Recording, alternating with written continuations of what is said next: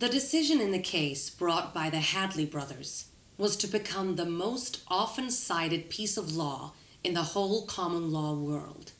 If there's a lawyer somewhere today in the USA, the UK, Australia, or Canada involved in a claim for damages due to a breach of contract, that lawyer needs to think about the so-called Hadley rule. And now we're going to ask you to think about it too. Please think about whether the loss I'm about to describe to you is direct loss or consequential loss. Or is it perhaps a mixture of both? A lawyer might ask, does the loss in this case flow from the contract in the ordinary course of things? Because that would be direct loss. Or is it a special, unpredictable type of loss that the party in breach could never have imagined when it entered into the agreement? In other words, consequential loss. The facts of the case are actually quite simple. Roughly a century after the Hadley case in the year 1946, a business in the English town of Windsor agreed to purchase a boiler for around £2,000. The purchaser was a commercial laundry named Victoria Laundry. The seller, a business called Newman Industries. Now, £2,000 sounds like a lot of money for the year 1946, and indeed it was. But the boiler was an industrial-sized water heater, which was needed to allow Victoria Laundry to go ahead with its expansion plans. So, they were ready to make this substantial investment. Does that sound familiar? We have echoes of the Hadley case here already. And in a second echo of the Hadley case, this expensive boiler was somehow damaged, not after delivery to the buyer this time, but as it was being prepared for shipment. This meant Victoria Laundry had to wait for its new industrial-sized water heater, which was definitely a breach of contract on the part of Newman Industries.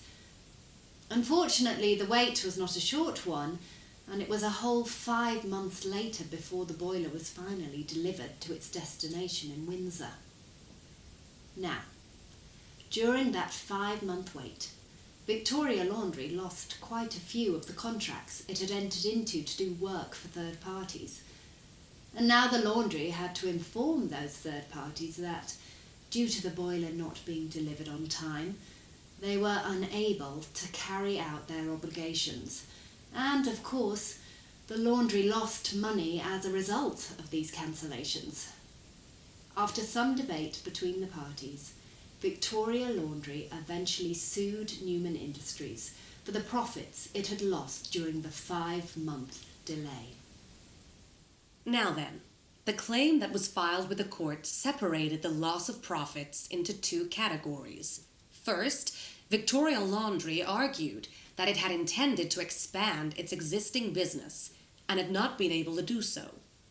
The damages claimed for that type of loss of profit were £16 per week for each week of the delay. However, it also claimed that it had lost several exceptionally profitable contracts with a government department called the Ministry of Supply. For the loss of these particular contracts, it claimed a loss of £262 per week. So, imagine you're the judge. Knowing what you do about the Hadley rule, you have to ask yourself two questions. Number one, was the £16 per week of normal loss a direct and reasonably foreseeable loss? If so, Newman Industries should be ordered to pay that. And the second question is, was the £262 per week loss for the exceptionally profitable contracts with the Ministry of Supply a direct and reasonably foreseeable loss? Because if so, you have to order the defendant to pay that as well. These were the questions put to the Court of Appeal in London in the year 1949, and law students throughout the common law world are still required to analyze them today.